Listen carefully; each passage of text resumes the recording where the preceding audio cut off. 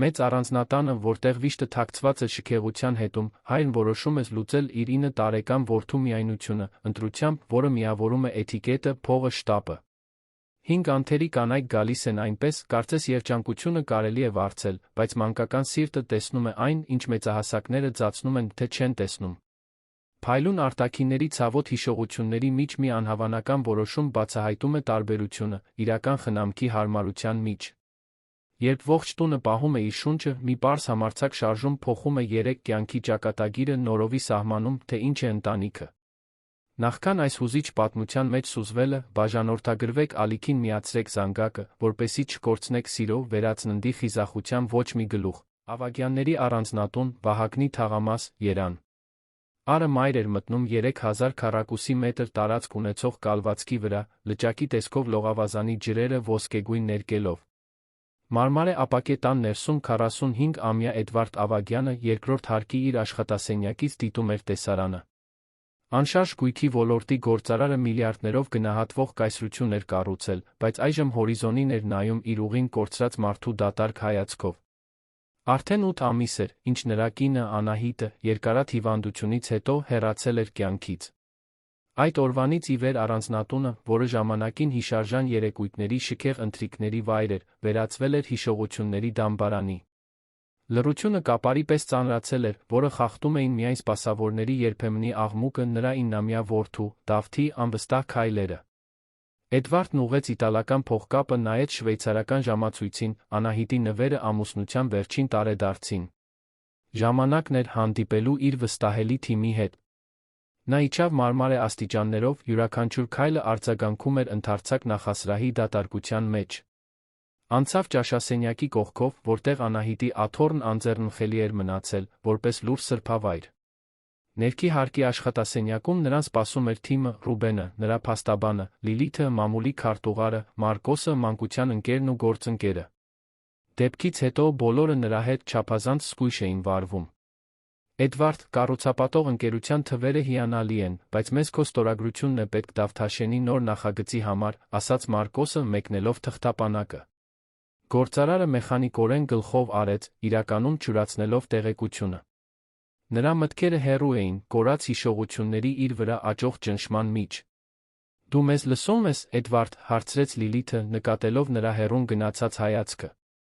Այո, իհարկե, ստեց նա, ստիպելով իրեն վերադառնալ ներկա։ Որտեղ ստորագրեմ։ Մինչ մեծահասակները խոսում էին պայմանագրերի ներդրումների մասին, հետի այգում Դավիթը մենակ էր խաղում, տերներից պատնեշ կառուցելով տարածքով գալարվող փոքրիկ արհեստական արվակի վրա։ Նիհար տղան, շագանակագույն մազերով, խորը տխուր աչքերով, կարծես հոր փոքրացված ավելի փխրուն տարբերակը լիներ։ Նա հագել էր միջազգային դպրոցի համազգեստը, թե ժամը գրեթե 6-ն էր։ Նինան, 60-ամյա տնտեսուհին, որը խնամում էր տունը դեռ Դավթի ծնունդից առաջ, նրան էր նայում պատշգամբից։ Այս երեխային ավելի շատ ուշադրություն է պետք, մրմնջում էր ինքն իրեն, գլուխը թափահարելով։ Այգու մյուս կողմում 32-ամյա Հեղինե Սարգսյանը, Անահիտի մահից հետո վարձված հավաքարարը, ավարտում էր հանգստի գոտու պատուհանների մաքրումը։ Ի տարբերություն մյուս աշխատակիցների, Հեղինեն Դավթի շուրջը ոտքի մատների վրա չէր քայլում։ Նա տղայի հետ բնական էր վարվում, առանց այն խղճահար հայացքի, որը տղան այդքան ատում էր։ Հեյ, ինժեներ։ Այդ պատնեշը ջրհեղեղի կդիմանա, կատակեց Հեղինեն, մոտենալով արվակին, որտեղ Դավիթը կենտրոնացած աշխատում էր։ Տղան բարձրացրեց աչքերը, ուրախության կարճ փայլատակում անցավ նրա միշտ լուրջ դեմքով։ Քարերով եմ ամրացնում։ Կարծում եմ, մինչ ցունամի էլ կդիմանա, պատասխանեց նա, միանալով կատակին։ Հեղինեն կռացավ նրա կողքին, չանհանգստանալով, որ կկեղտոտի իր հասարակ աշխատանքային համազգեստը։ Կարող եմ օգնել։ Ես ցունամիների մասնագետ եմ, գիտեիր։ Մի քանի րոպե մեծահասակն ու երեխան կողք կողքի աշխատեցին, քարեր ու տերներ դիզելով։ Հեղինեն հստակ գիտեր, թե ինչպես խոսել Դավթի հետ, ոչ շատ մանկական, ոչ շատ լուրջ։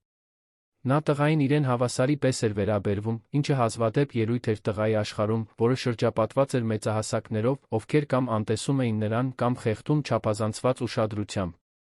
Աշխատասենյակի պատուհանից Էդվարդը դիտում էր տեսարանը, մեղքի զգացումը խոցեց նրա կուրծքը։ Երբ էր վերջին անգամ, որ ինքը ծնկի էր իջել որդու հետ խաղալու համար։ Ցավալի ճշմարտությունն այն էր, որ Անահիտի մահից հետո նա հազիվ էր կարողանում նայել Դավթին, առանց նրա մեջ կնոջ աչքերի արտացոլանքը տեսնելու։ Էդվարդ, Ռուբենի ձայնը նրան վերադարձրեց իրականություն։ Մենք պետք է մեկ այլ հարցի մասին խոսենք։ Գործարարը շրջվեց դեպի սեղանը, հեռանալով պատուհանից։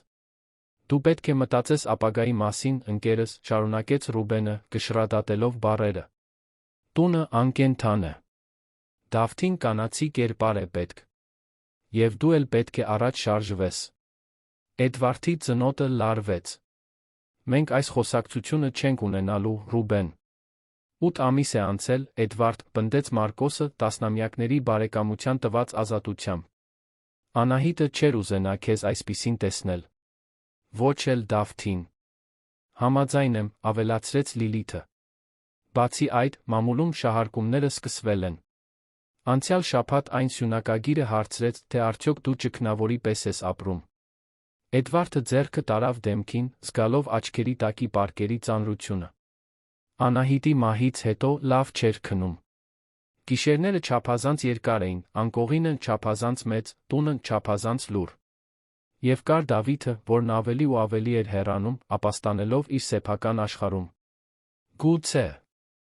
Գուցե դուք ճիշտ եք, վերջապես խոստովանեց նա, ավելի շատ հոգնածությունից, քան համոզմունքից։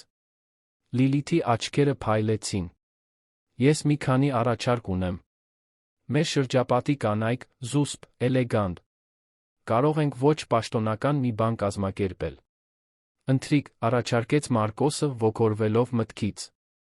Փոքր մի բան, ուղղակի սառույցը կոտրելու համար։ Էդվարդը հոնքերը կիտեց։ Չեմ ուզում սա կրկեսի վերածել։ Իհարկե ոչ, հավաստիացրեց Լիլիթը։ Դա կլինի նրբաճաշակ մի բան, ավագյանների ընտանիքին վայել։ Թողեք ինձ վրա։ Երբ թիմը վերջապես հեռացավ, արդեն գիշեր էր։ Էդվարդը մնաց աշխատասենյակում, նայելով պատին փակցված Անահիտի դիմանկարին։ Ներիր ինձ, շնջաց նա այն կնոջ ժպտացող պատկերին, որը 15 տարի շարունակ եղել էր իր աշխարհի կենտրոնը։ Դավթի սենյակում Հեղինեն օգնում էր տղային լոգանք ընդունել ընթրիքից առաջ։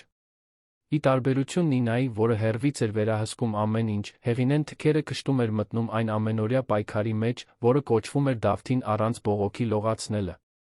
Այսօր սովորականից ավելի լուռ ես, փոքրիկ գիտնական, մեկնաբանեց նա, օճառելով տղայի մազերը։ Դավիթը լոգարանում նավակով էր խաղում, այն փրփուրե կղզիների միջով լողացնելով։ Լսեցի, Լիլիթն ասում էր, որ մեր տուն կանանց է բերելու, պատասխանեց նա, աչքերը չբարձրացնելով։ Հեղինեն դեմքը չեզոք պահեց, չնայած զարմանքին։ Իսկապես։ Իսկ դու ինչ ես մտածում այդ մասին։ Նրանք կուզենան փոխարինել մայրիկիս, պատասխանեց Դավիթը երեխաներին հատուկ դաժան պարզությամբ։ Բայց ոչ ոք չի կարող։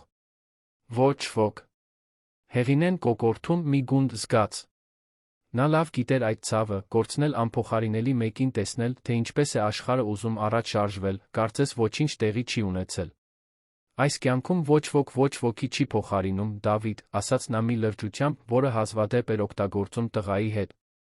Յուրաքանչյուր մարդ յուրահատուկ է, ինչպես մատնահետքը։ Նա վերցրեց տղայի փոքրիկ ձեռքը, ցույց տվեց ափի գծերը։ Տեսնում ես։ Աշխարհում ոչ ոք չունի ճիշտ քոնի նման գծեր։ Եվ նույնիսկ եթե 1000 կին գա այս տուն, ոչ մեկը չի ունենա այն սիրտը, որն ուներ մայրը։ Դա ոչ ոք քեզնից չի կարող խլել։ Դավիթը նայեց իր ձեռքին, հետո Հեղինեին։ Խոստանում ես, որ դու էլ չես գնա։ Հարցը Հեղինեին անակնկալի բերեց։ 3 ամսվա պայմանագիրը, որը նա ստորագրել էր, գրեթե ավարտվում էր, Էդվարդը երկարացկելու մասին ոչինչ չէր ասել։ Նրան այդ աշխատանքը պետք էր։ Աշխատավարձով վճարում էր մանկավարժության դասընթացի համար, օգնում հիվանդ մոր ծախսերին։ Բայց ինչպես բացատրել դա 9-ամյա տղային, որն արդեն այնքան բան էր կորցրել։ Ես այստեղ կլինեմ, քանի դեռ դու իմ կարիքն ունես, պատասխանեց նա, ընտրելով բառեր, որոնք ճշմարիտ կլինեին, առանց խոստումներ տալու, որոնք չէր կարողանա կատարել։ Ավելի ուշ, Դավթին քնեցնելուց հետո, Հեղինեն միջանցքում հանդիպեց Էդվարդին։ Նա հազվադեպ էր ուղղակիորեն խոսում իր հետ։ Հրահանգները սովորաբար գալիս էին Նինայի միջոցով։ Ինչպես է որդիս, հարցրեց նա, թվում էր, թե իսկապես հետաքրքրված է, ինչը հազվադեպ էր վերջին ամիսներին։ Հենց նոր քնեց, պարոն։ Հոգնած էր։ Էդվարդը գլխով արեց, հայացքը փախցնելով։ Շնորհակալ եմ։ Նրա հետ համբերատար լինելու համար։ Դավիթը հիանալի երեխա է, պարոն։ Պարզապես ժամանակ տարածք է պետք, տեղի ունեցածը յուրացնելու համար։ Գործարարը մի պահ նայեց Հեղինեին, կարծես առաջին անգամ էր նրան տեսնում։ Նկատեց անկեղծ շագանակագույն աչքերը, արժանապատիվ կեցվածքը, չնայած հասարակ համազգեստին, խոսելու ուղիղձը, առանց վախի կամ շողոքորթության, որը սովորաբար ստանում էր աշխատակիցներից։ Դուք երեխաներ ունեք, Հեղինե։ Ոչ, պարոն։ Բայց երեկոյան մանկավարժություն եմ սովորում։ Այստեղ աշխատում եմ համալսարանի վարձը վճարելու համար։ Այս տեղեկությունը կարծես զարմացրեց Էդվարդին։ Մինչ նա կկարողանար պատասխանել, զանգեց նրա հեռախոսը։ Լիլիթն էր։ Լավ նորություններ ունեմ, հայտարարեց նա, հենց որ Էդվարդը պատասխանեց։ Երանի ամենաէլեգանտ ազդեցիկ կանանցից 5-ը ընդունել են մեր հրավերը շաբաթ օրվա համար։ Էդվարդը փակեց աչքերը, զգալով այն որոշման ծանրությունը, որը պատրաստվում էր կայացնել։ Երբ բացեց դրանք, Հեղինեն արդեն անհետացել էր միջանցքում, լուռ, ինչպես ստվեր։ Շաբաթ օրը արոտ էր, երանյան ձմռան կատարյալ օրերից մեկը։ Ավագյանների առանձնատանը դիզայներների թիմը այգին վերածում էր ամսագրի շապիկի տեսարանի։ Ապակե սեղանները ռազմավարական դիրքերով տեղադրվել էին լողավազանի շուրջ, զարդարված սպիտակ խոլորձներով, արի տակ շողշողացող բյուրեղներով։ Կամերային փոքրիկ նվագախումբը լարում էր իրենց գործիքները հասմիկներով պատված տաղավարի տակ։ Խոհանոցում հատուկ առիթի համար հրավիրված խոհարարը ղեկավարում էր մի թիմի, որը պատրաստում էր նրբահամ խորտիկներ բարդ կոկտեյլներ։ Սպիտակ բաճկոններով մատուցողները փորձում էին կատարյալ սպասարկումը, մինչ Նինան քննադատական հայացքով վերահսկում էր յուրաքանչյուր մանրուք։ Կարծես հարսանիք ենք կազմակերպում, ոչ թե սովորական ճաշ, մեկնաբանեց տնտեսուհին Հեղինեին, որն օգնում էր դասավորել բաժակները։ Հարսանիք առանց հարսի, ցածրաձայն պատասխանեց Հեղինեն, մանրակրկիտ դասավորելով ապակեղենը։ Նինան նրան նախազգուշացնող հայացք նետեց։ Զգույշ եղիր, թե ինչ ես խոսում։ Պարոն Ավագյանը պարզապես առաջ է շարժվում։ Դա բնական է։ Հեղինեն գծեց շուրթը, զսպելով պատասխանը։ Այս խնամքով կազմակերպված միջոցառման մեջ ինչ-որ խորապես անհանգստացնող բան կար։ Այդ մտքի մասին իմանալուց ի վեր նա չէր դադարում մտածել Դավթի մասին։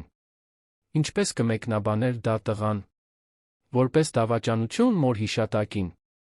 Վերի հարկում Էդվարդը հայելու առաջ ուղղում էր փողկապը։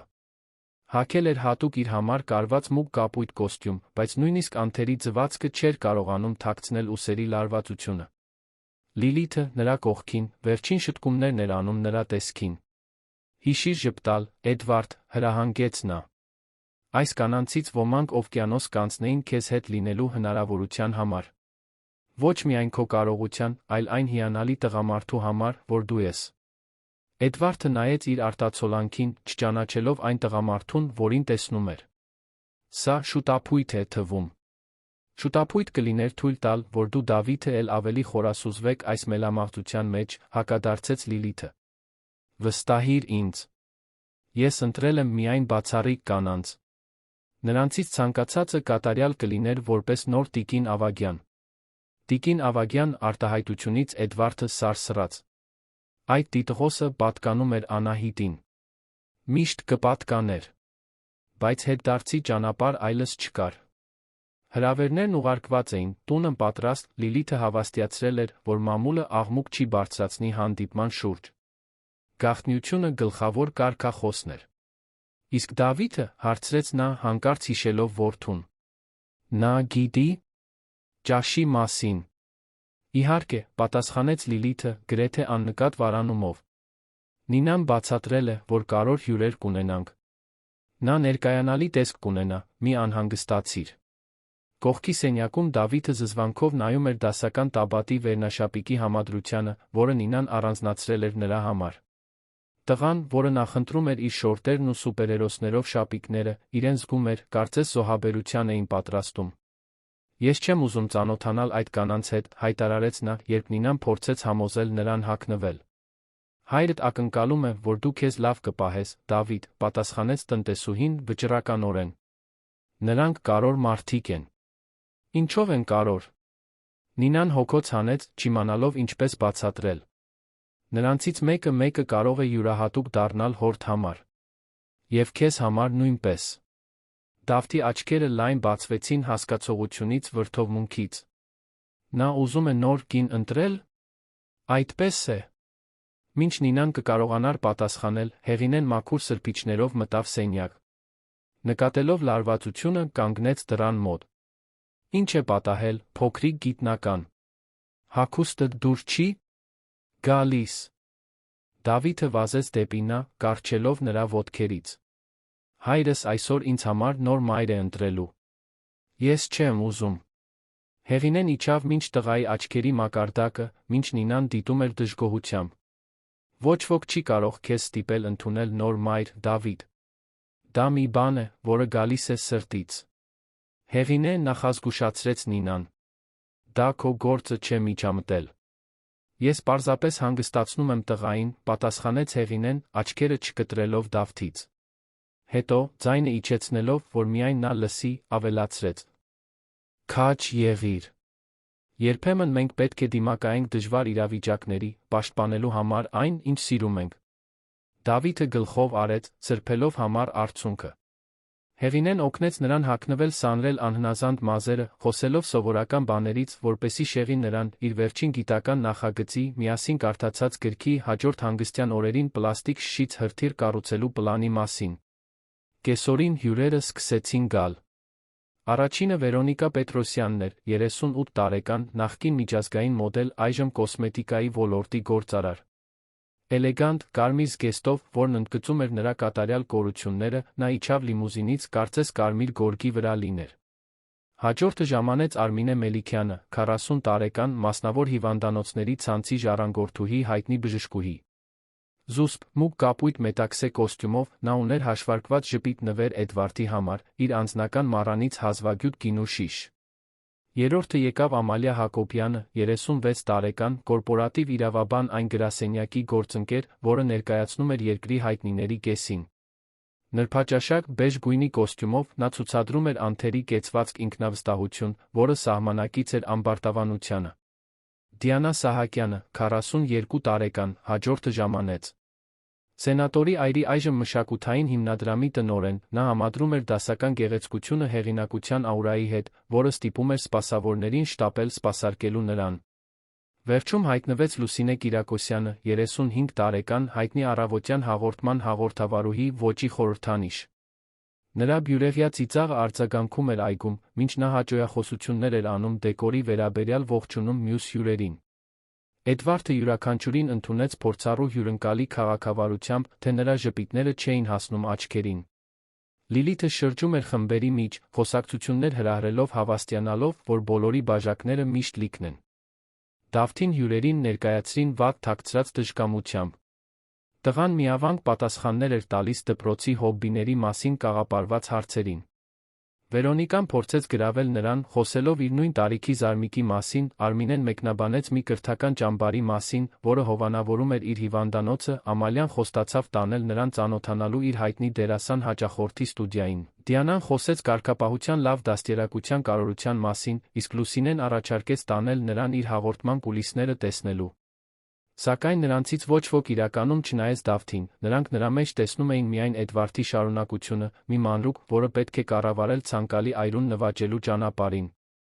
Մինչ կանայք մրցում էին Էդվարդի ուշադրության համար, Դավիթը լուռ փախավ։ Անցավ այգով մինչ կալվածքի ամենահեռավոր մասը, որտեղ արհեստական առվակը փոքրիկ դեկորատիվ կամուրջ էր կազմում։ Այնտեղ, քարե կամարի տակ թաքնված, նա ծնկները գրկեց թույլ տվեց, որ արցունքներն ազատ հոսեն։ Այդպես էլ Հեղինեն գտավ նրան րոպեներ անց։ Նա նկատել էր նրա անհետացումը, իմանալով նրա սիրելի թաքստոցները, ուղիղ գնաց ճիշտ տեղը։ Կարող եմ միանալ քո ստորգետնյա արշավախմբին, հարցրեց նա, կրանալով կամրջի տակի փոքրիկ խոռոչի մուտքի մոտ։ Դավիթը բարձրացրեց թաց դեմքը։ Նրանք սարսափելի են, Հեղինե։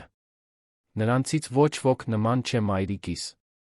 Նրանցից ոչ ոք ինձ իսկապես չի սիրում։ Հեղինեն նստեց նրա կողքին, չանհանգստանալով, որ կկեղտոտի համազգեստը։ Գիտես, ես էլ եմ կորցրել մորս, երբ փոքր էի, բացահայտեց նա մի բան, որը նախկինում երբեք չէր պատմել։ Եվ հայրս էլ փորձեց մեկին գտնել նրա տեղը զբաղեցնելու համար։ Եվ ստացվեց, հարցրեց Դավիթը, հույսով լի ձայնով։ Ոչ այնպես, ինչպես նա սպասում էր, անկեղծ պատասխանեց Հեղինեն։ Որովհետև փորձել փոխարինել մեկին, ում սիրում ենք, նման է երկնքում նույնական աստղ գտնելու փորձին։ Կարող ենք գտնել այլ գեղեցիկ աստղեր, բայց երբեք ճիշտ նույնը։ Դավիթը մի պահ մտածեց այդ մասին։ Ես նրանցից ոչ մեկին չեմ ուզում մեր տանը։ Հեղինեն ձեռքը գցեց տղայի ուսերին։ Հայրդ պարզապես փորձում է անել այն, ինչը լավագույնն է համարում։ Երբեմն մեծահասակները սխալներ են անում, փորձելով ճիշտը անել։ Լողավազանի մոտ Էդվարդը սկսեց խեղդվել։ 5 կանայք անթերի էին, անկասկած խելացի, հաջողակ, շլացուցիչ։ Ցանկացած տղամարդ իրեն բախտավոր կհամարեր նրանցից մեկի ուշադրությանն արժանանալու համար։ Բայց այդ տեսարանում ինչ-որ խորապես սխալ բան կար, կարծես նա վատ գրված պիեսի գլխավոր դերակատարը լիներ։ Որտե՞ղ է Դավիթը, հանկարծ հարցրեց նա, ընդհատելով Լուսինեին միջազգային հայտնի դերասանի հետ հարցազրույցի մասին պատմության կեսին։ Տղան մի որոշ ժամանակ առաջ դուրս եկավ, տեղեկացրեց Մարկոսը, որը զվարճալի ժպիտով դիտում էր տեսարանը։ Հավանաբար խաղալու է գնացել։ Ես կգնամ նրան փնտրելու, որոշեց Էդվարդը, թեթացած, որ առիթ ունի հեռանալու։ Ես քեզ հետ կգամ, առաջարկեց Դիանան, ձեռքը դնելով նրա թին։ Ես երեխաների հետ փորձ ունեմ։ Իմ հիմնադրամն աշխատում է անապահով երիտասարդների հետ։ Էդվարդը վարանեց, բայց Լիլիթը միջամտեց, մինչ նա կհասցներ հրաժարվել։ Հիանալի միտք է։ Դուք երկուսով կարող եք միասին փնտրել։ Դա ցույց է տալիս, թե Դիանան արդեն ինչպես է անհանգստանում Դավթի համար։ Դժկամությամբ Էդվարդը թույլ տվեց, որ Դիանան ուղեկցի իրեն այգով։ Նրանք քայլեցին անթերի սիզամարգով, կանչելով Դավթին, մինչև որ դեկորատիվ կամրջի կողմից ձայներ լսեցին։ Կարծում եմ, գտանք փախստականին, մեկնաբանեց Դիանան մի ժպիտով, որը լիովին չէր թաքցնում նրա զայրույթը։ Երբ մոտեցան, բառերն ավելի պարզ դարձան։ Խոսում էր Հեղինեն, նրա փափուկ ձայնը օրորվում էր հոսող ջրի ձայնով։ Այսպիսով, երբ նրան կարոտես, կարող ես նայել երկնքին իմանալ, որ նույնիսկ եթե չես կարող տեսնել նրան, նա դեռ այնտեղ է, փայլում է քեզ համար։ Ինչպես անտեսանելի աստղը ցերեկը, հարցրեց Դավթի ձայնը։ Ճիշտ այդպես։ Միայն այն պատճառով, որ չենք կարող տեսնել, չի նշանակում, որ այնտեղ չէ։ Էդվարդը կտրուկ կանգ առավ, զգալով, կարծես ստամոքսին հարված ստացավ։ Դա ճիշտ այնպիսի խոսակցություն էր, որը Անահիտը կունենար Դավթի հետ, քնքուշ, անկեղծ, հարգելով տղայի խելքը, նրան որպես կյանքը հասկանալու անկարող երեխայի վերաբերվելու փոխարեն։ Ինչ է կատարվում այստեղ, Դիանայի կտրուկ ձայնը խախտեց պահը։ Նա առաջ անցավ, ակնհայտ դժգոհությամբ նայելով կամրջի տակ։ Դավիթն ու Հեղինեն դուրս եկան իրենց թաքստոցից, տղան արագ սրբում էր արցունքները ձեռքի թիկունքով։ Դավիթը մի փոքր տխուր էր, տիկին, բացատրեց Հեղինեն, պաշտպանող ձեռքը պահելով տղայի ուսին։ Մենք խոսում էինք։ Աշխատակիցը չպետք է պահկվոցի խաղակարոր ընդունելության ժամանակ, քննադատեց Դիանան, շրջվելով դեպի Էդվարդը։ Այս անկարգապահությունը վարակիչ է տղայի համար։ Դավթի դեմքը խեղաթյուրվեց զայրույթի արտահայտությամբ։ Այդպես մի խոսեք Հեղինեի հետ։ Նա իմ ընկերն է։ Ընկերը, կրկնեց Դիանան, քամահարական ծիծաղով։ Սիրելիս, նա սպասուհի է։ Տարբերություն կա։ Բավական է, ընդհատեց Էդվարդը, զգալով խոսակցության վտանգավոր ընթացքը։ Դավիթ, բոլորը սպասում են ճաշի։ Գնա լվա ձեռքերդ ու դեմքդ, խնդրում եմ։ Տղան նայեց հորը, հետո Հեղինեին, ակնհայտորեն երկմտելով։ Գնա, գիտնական, քաջալերեց Հեղինեն, փափուկ ժպիտով։ Հետո կշարունակենք մեր խոսակցությունը աստղերի մասին։ Դժկամությամբ Դավիթը հեռացավ դեպի տուն, չմոռանալով կասկածամիտ հայացք նետել Դիանային։ Երբ տղան բավականաչափ հեռու էր, Դիանան շրջվեց դեպի Էդվարդը։ Դու պետք է վերանայես, թե ինչպիսի ազդեցություն ես թույլ տալիս քո որդու շուրջ։ Այս կինը ակնհայտորեն իր տեղը չգիտի։ Էդվարդը հանկարծակի զայրույթ զգաց։ Հեղինեն կարոր ներկայություն է եղել Դավթի համար վերջին ամիսներին։ Ապադաստիարակչական ներկայություն, ինչպես տեսնում եմ, հակադարձեց Դիանան։ Երեխաներին հստակ սահմաններ են պետք, ոչ թե մեծահասակներ, որոնք նրանց իրենց հավասարի պես են վերաբերվում։ Հեղինեն լուռ մնաց, աչքերը հառած գետնին, թե նրա կեցվածքը լարվածություն էր մատնում։ Վերադառնանք ընդունելությանը, վերջապես ասաց Էդվարդը, խուսափելով վեճը երկարացնելուց։ Հեղինե, խնդրում եմ, համոզվեք, որ Դավիթը ներկայանալի տեսք ունի ճաշի համար։ Այո, պարոն, պատասխանեց նա, արագ հեռանալով։ Մինչ Էդվարդն ու Դիանան վերադառնում էին լողավազանի մոտ, գործարարի մտքում մի գաղափար սկսեց ձևավորվել։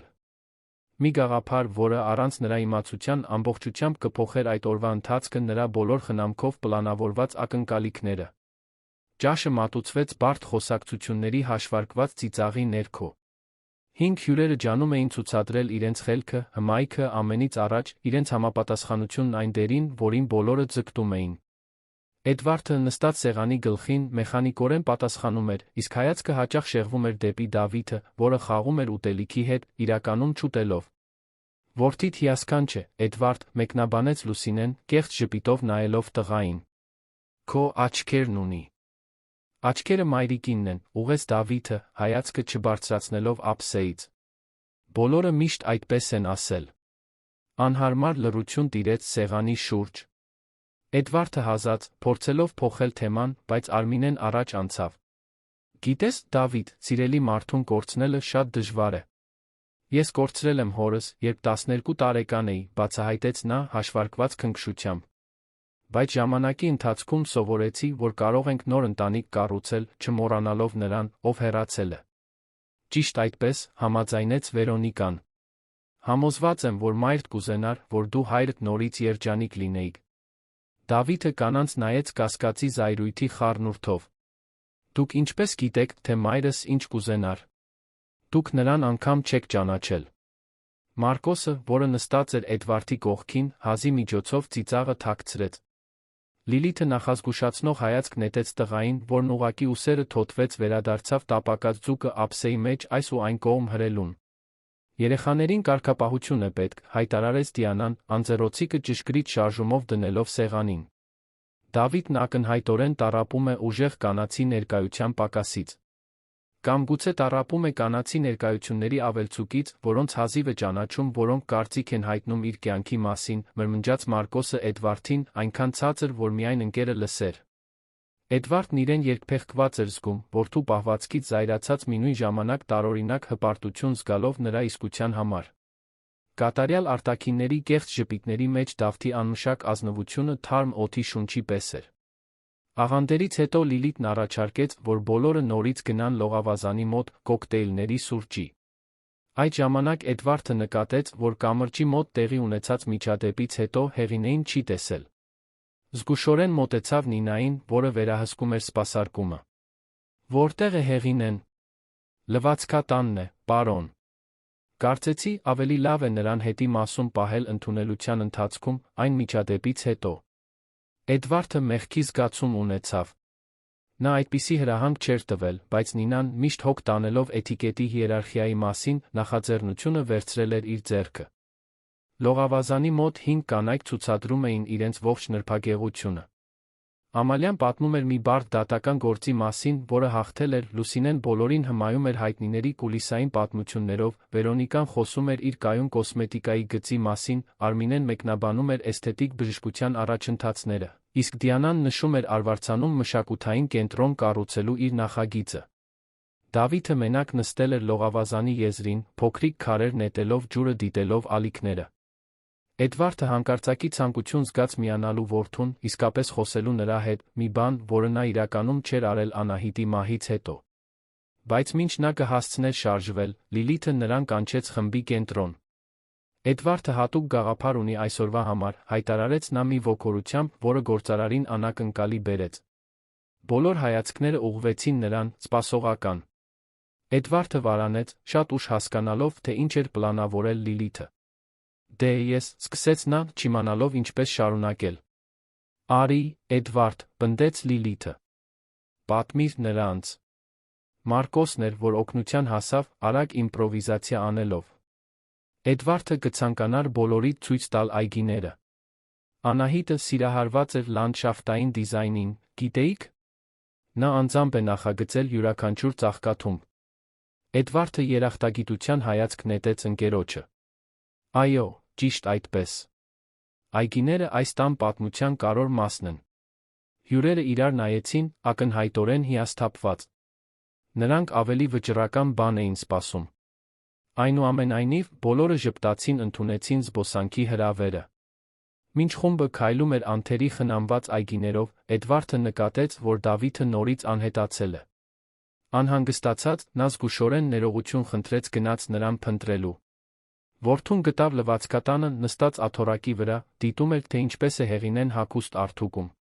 Կինը ցածրաձայն երգում էր աշխատելիս, երբեմն դադար տալով տղայի որե հարցին պատասխանելու համար։ Ինչ է նշանակում կեղծավորություն, հարցրեց Դավիթը ճիշտ այն պահին, երբ Էդվարդը կանգնեց դռան մոտ։ Դա այն է, երբ մեկը ծածնում է, թե մի բան է, ինչը չէ, կամ մի բան է ասում, բայց մեկ այլ բան է անում, բացատրեց Հեղինեն, չնկատելով տնօրենի ներկայությունը։ Ինչպես այն կանայք այնտեղ, պնդեց Դավիթը։ Հեղինեն վարանեց, գիտակցելով իրավիճակի նրբությունը։ Ես չեմ կարող դատել այդ տիկնանց, Դավիթ։ Ես նրանց լավ չեմ ճանաչում։ Բայց նրանք ծածնում են, թե ինձ սիրում են, միայն հայրիկիս դուր գալու համար։ Դա կեղծավորություն չէ։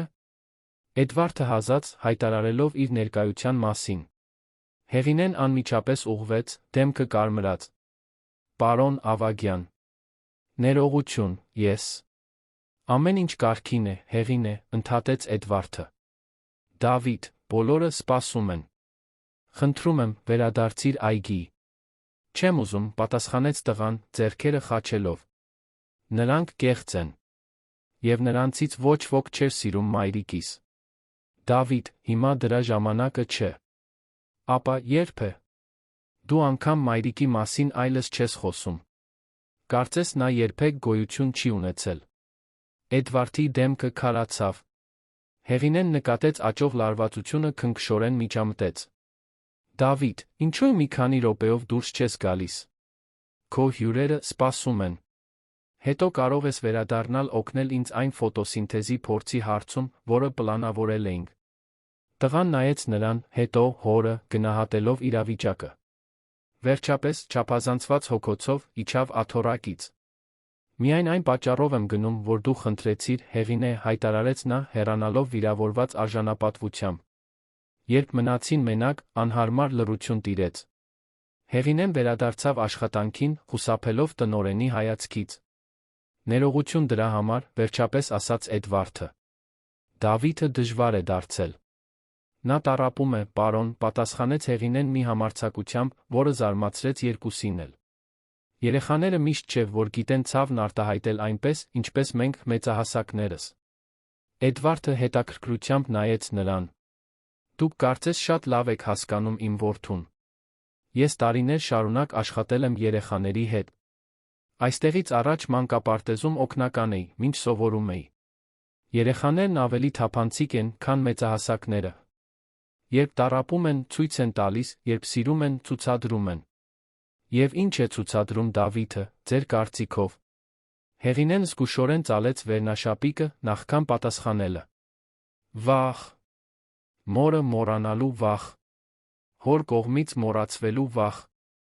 Վախ, որ այն ամենը, ինչ նա ճանաչում սիրում էր, կփոխարինվի մի բանով, որը նա չի ընտրել։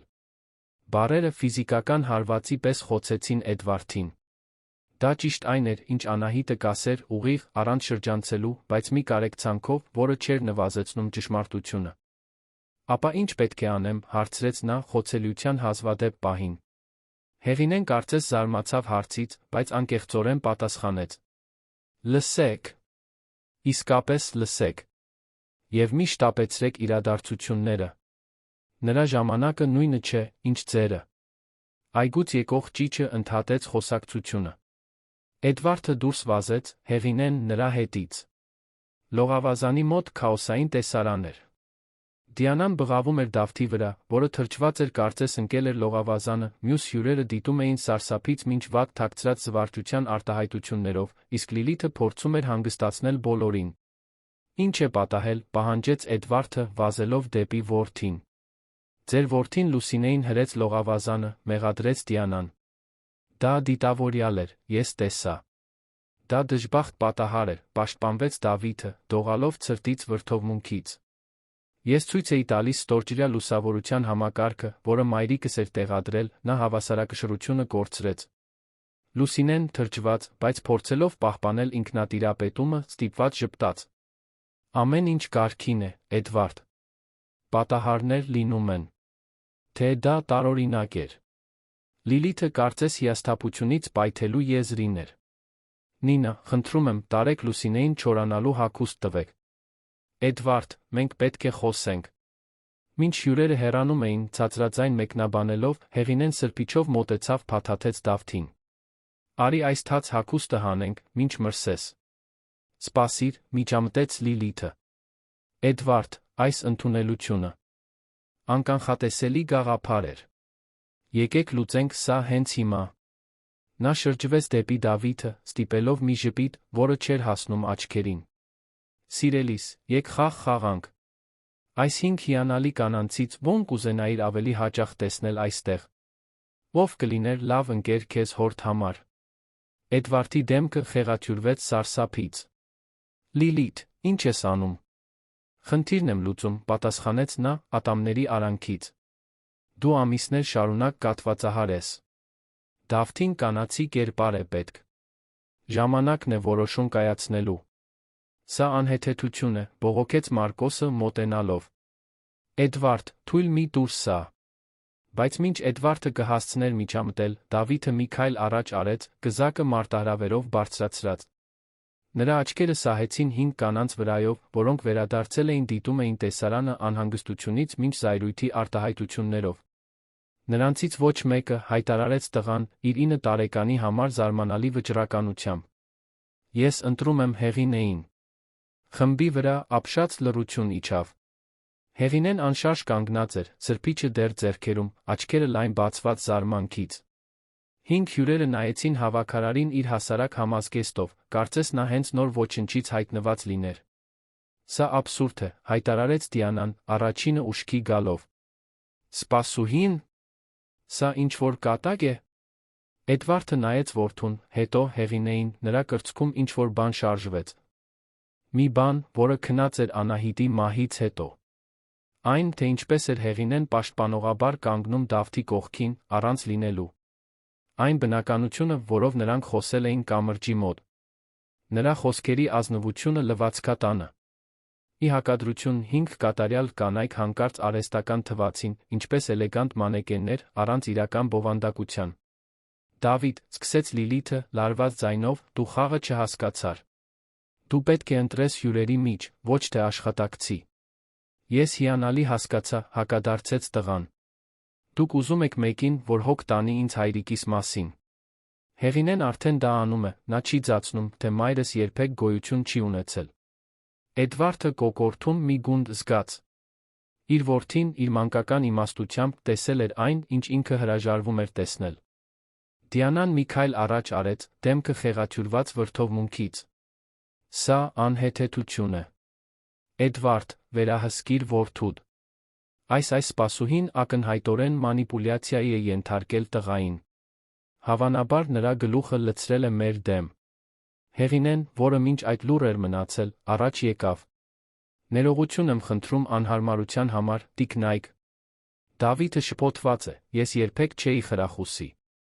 Լռիր, հրամայեց Դիանան։ Դու այստեղ խոսելու իրավունք չունես։ Այս իրավիճակը քո մեղքն է։ Այդպես մի խոսեք նրա հետ, պաշտպանեց Դավիթը, կառչելով Հեղինեի ձեռքից։ Քաոսը լիովին տիրեց։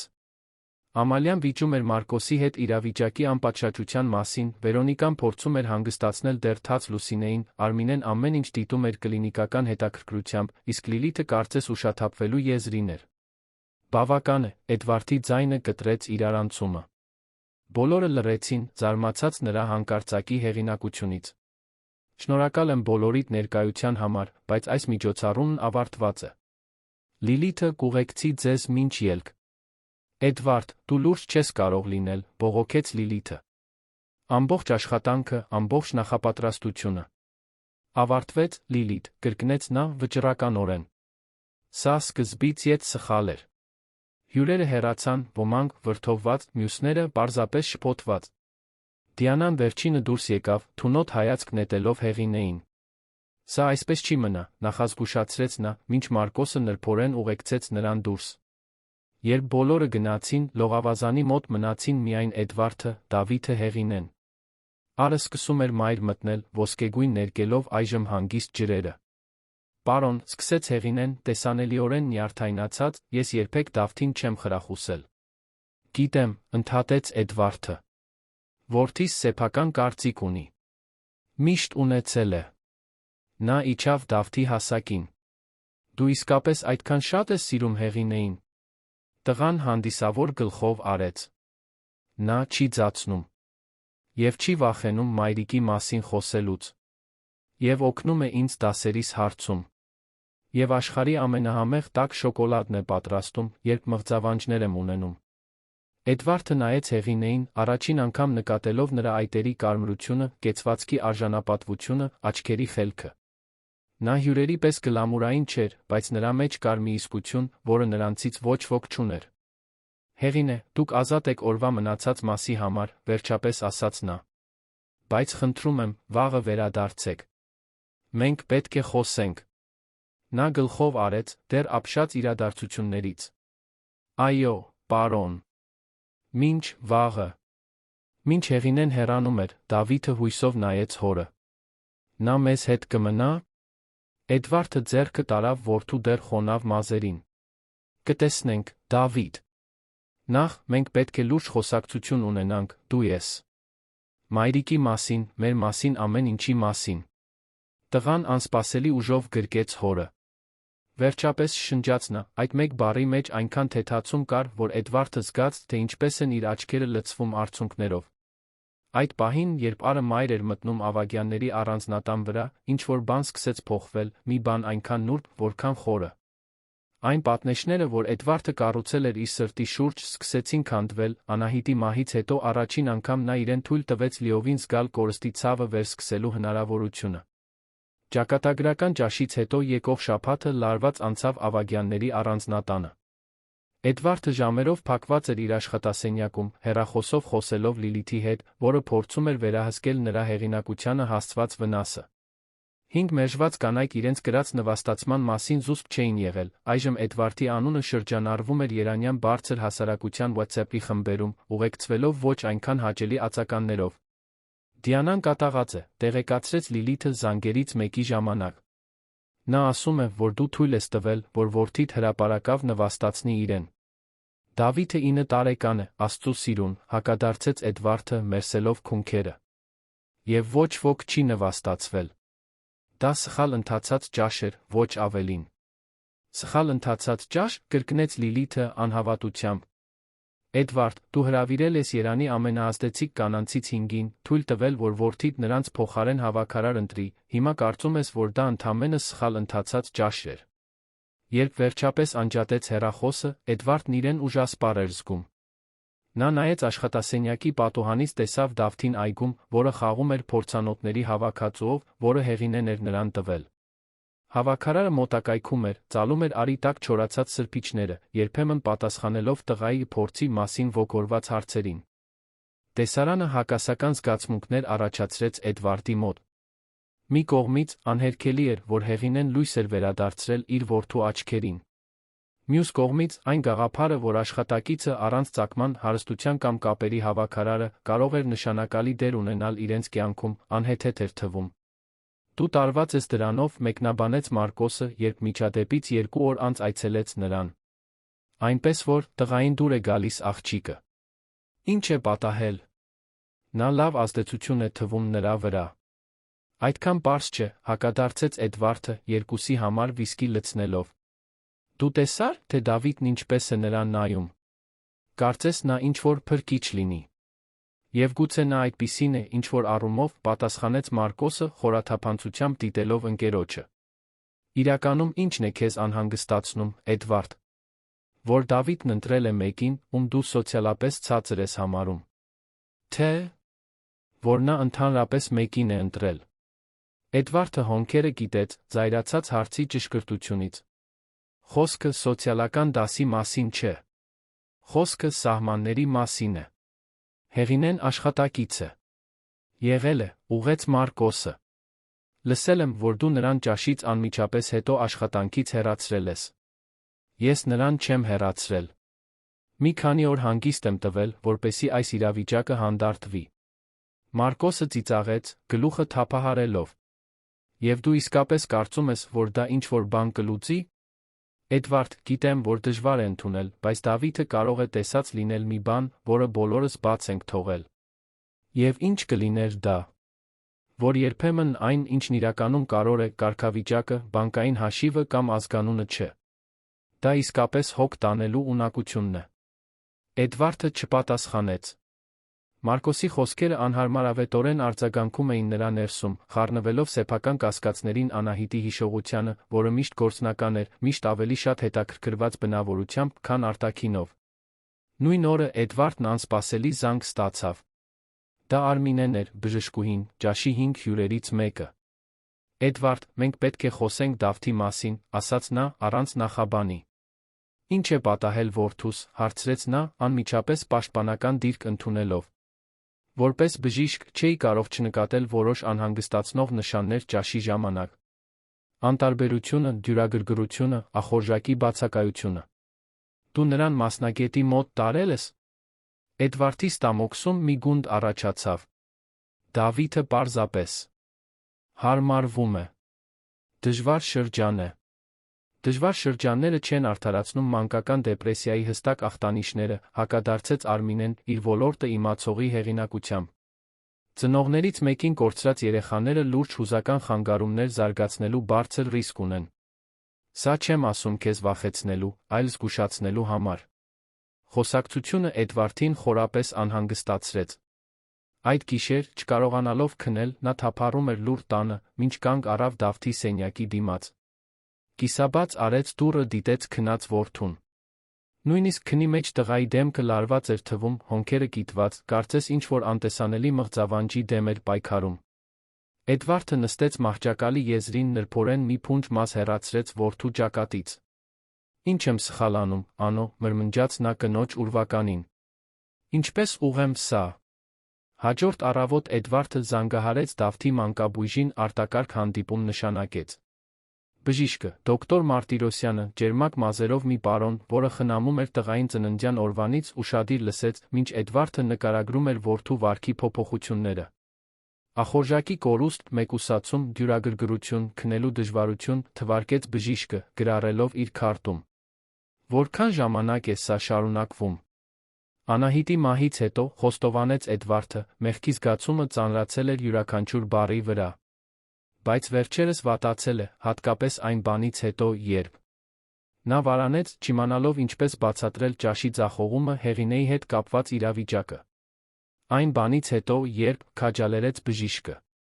Էդվարդը խորը շունչ քաշեց, պատմեց ամբողջ պատմությունը, ճաշի գաղափարը, 5 թեկնածուներին, Դավթի անսպասելի ընտրությունը, Հեղինեին ժամանակավորապես հեռացնելու իր որոշումը։ Դոկտոր Մարտիրոսյանը լսեց առանց դատելու, միայն երբեմն գլխով անելով։ Երբ Էդվարդն ավարտեց, բժիշկն ուղղեց ակնոցը, խոսեց քնքուշ, բայց վճռական ձայնով։ Էդվարդ, ձեր որդին տառապում է մանկական դեպրեսիայով։ Դա քմահաճույք չէ, փուլ չէ, մանիպուլյացիա չէ։ Դա լուրջ վիճակ է, որը բուժում է պահանջում։ Բառերը հարվածի պես խոցեցին Էդվարդին։ Բուժում։ Ինչ տեսակի բուժում։ Թերապիա, սկզբի համար։ Հնարավոր է դեղորայք, բայց դա մանկական հոգեբույժը պետք է գնահատի։ Ամենակարևորը, սակայն, հուզական կայունությունն է աջակցող միջավայրը։ Բժիշկը նշանակալի դադար տվեց։ Ձեր պատմածից ելնելով, այս Հեղինեն կարծես հուզական խարիսխ է Դավթի համար հիմա։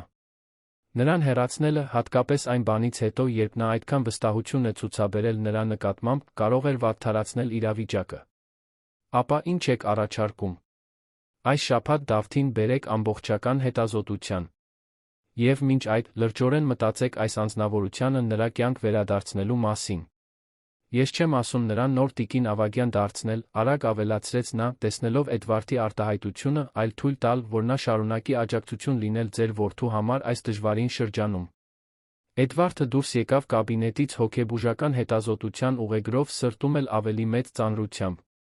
Տունդարձի ճանապարհին նա որոշում կայացրեց։ Կզանգահարեր Հեղինեին, կխնդրեր անմիջապես վերադառնալ աշխատանքի։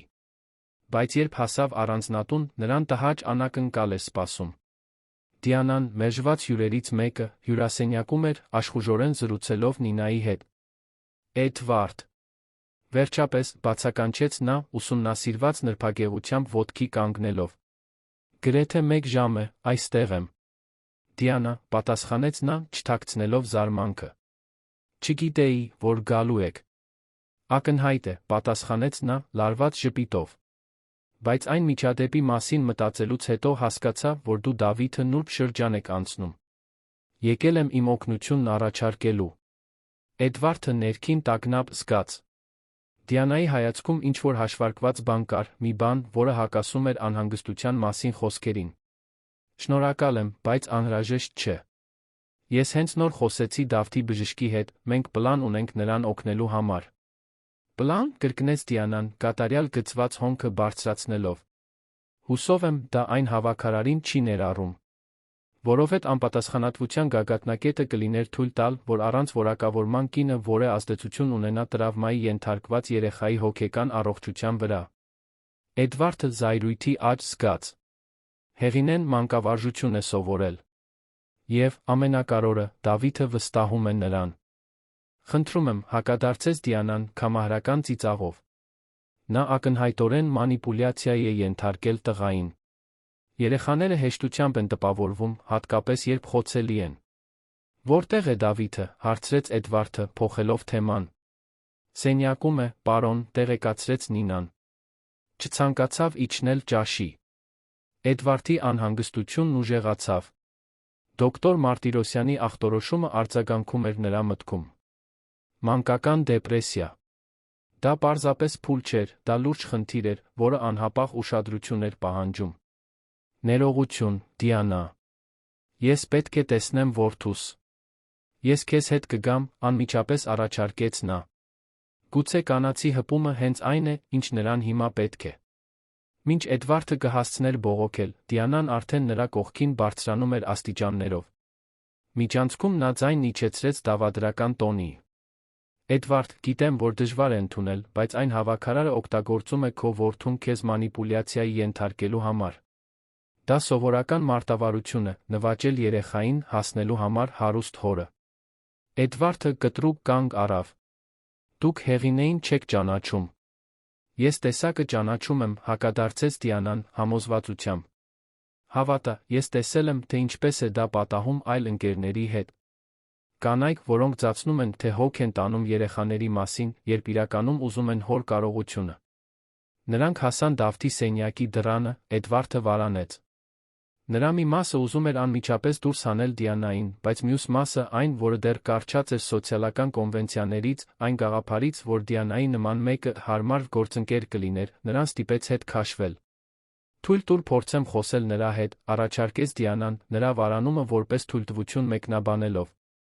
Սենյակի ներսում նրանք գտան Դավթին նստած հատակին, շրջապատված բաց գրքերով ցրված նկարներով։ Տղան բարձրացրեց հայացքը, նրա դեմքն անմիջապես փակվեց, տեսնելով Դիանային։ Նա ինչ է անում այստեղ, հարցրեց նա, առանց բարելու։ Դավիթ, այդպես եմ վարվում, ավտոմատ կերպով նկատողություն արեց Էդվարդը։ Ամեն ինչ կարգին է, միջամտեց Դիանան մի ժպիտով, որը չէր հասնում աչքերին։ Ես Դավիթը պարզապես մի փոքր ժամանակի կարիք ունենք միմյանց ավելի լավ ճանաչելու համար։ Նա մոտեցավ կռացավ տղայի կողքին, դիտելով նկարները։ Սրանք ի՞նչ են։ Ոչինչ, պատասխանեց Դավիթը, արագ ծածկելով թղթերը։ Դիանան, սակայն, ավելի արագ էր վերցրեց դրանցից մեկը։ Դա գունավոր նկար էր, որտեղ պատկերված էին 3 կերպարներ։ Բարձրահասակ տղամարդ, ակնհայտորեն Էդվարդը, տղա, Դավիթը, մուգ մազերով կին, որը հագել էր այն, ինչը կարծես Հեղինեի համազգեստն էր։ Ահա թե ինչ, մեկնաբանեց Դիանան, կեղծ քնքշությամբ։ Դու երակայական ընտանիք ես ստեղծում սպասուհու հետ։ Վերադարձրու, պահանջեց Դավիթը, փորձելով հետ վերցնել նկարը։ Հայրդ պետք է տեսնի սա, շարունակեց Դիանան, անտեսելով տղայի բողոքը։ Տեսնում ես, Էդվարդ։ Ճիշտ այն է, ինչ ես ասացի։ Նա գաղափարներ է դրել նրա գլխում։ Հեղինեն ոչինչ չի արել, բղավեց Դավիթը, դեմքը կարմրած զայրույթից։ Դու ես, որ ինձ խփեցիր։ Էդվարդը սառեց։ Ինչ ասացիր։ Դավիթը նայեց հորը, աչքերը լի զսպված արցունքներով։ Ճաշի օրը, երբ բոլորը գնացին, նա վերադարձավ, մտավ իմ սենյակ, ասաց, որ ես անդաստիարակ եմ, ապտակեց ինձ։ Էդվարդը զգաց, թե ինչպես արյունը սառեց երակներում։ Նա դանդաղ շրջվեց դեպի Դիանան, որը գունատվել էր։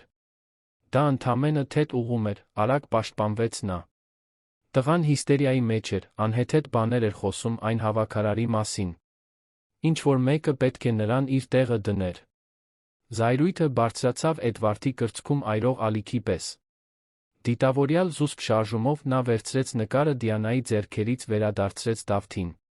«Դուրս եկ իմ տնից», հրամայեց նա, յուրաքանչյուր բառը արտասանելով կտրուկ պարզությամբ։ «Էդվարդ, դու լուրջ չես կարող լինել», բողոքեց Դիանան, վերականգնելով ինքնատիրապետումը։ «Դու հավատալու ես խանգարված տղային, ոչ թե ինձ»։ «Որդիս սուտ չի խոսում», հայտարարեց Էդվարդը մի վստահությամբ, որը զարմացրեց նույնիսկ իրեն։ «Հիմա դուրս եկ, մինչ մոռանամ, որ ինձ դաստիարակել են քաղաքավարի լինել կանանց հետ»։ Դիանան ուղղվեց, դեմքը վրդովմունքի դիմակ։ «Դու կզղջաս դրա համար, Էդվարդ Ավագյան։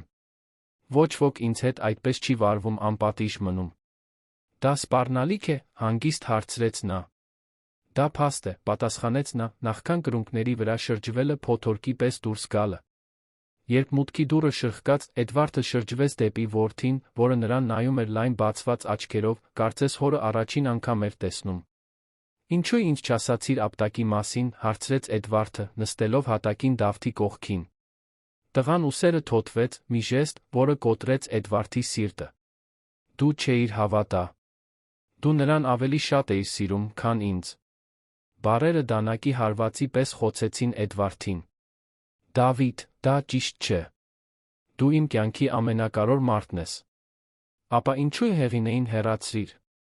Նա միակն է, որ ինձ հասկանում է։ Միակը, որ ինձ ավելի լավ է զգալ տալիս»։ Էդվարդը նայեց որդու ձեռքերի նկարին, այն երակայական ընտանիքին, որը Դավիթը ստեղծել էր։ Դա պարզապես մանկական նկար չէր, դա խորը ցանկություն էր, լուրջ ճիչ, կայունության քնքշության համար։ «Ես նրան հետ կբերեմ», որոշեց Էդվարդը այդ պահին։ «Եթե նա այդքան կարևոր է քեզ համար, ապա մենք միջոց կգտնենք նրան մեր կյանքի մասը դարձնելու համար»։ Դավթի դեմքը լուսավորվեց զգուշավոր հույսով։ «Խոստանում ես»։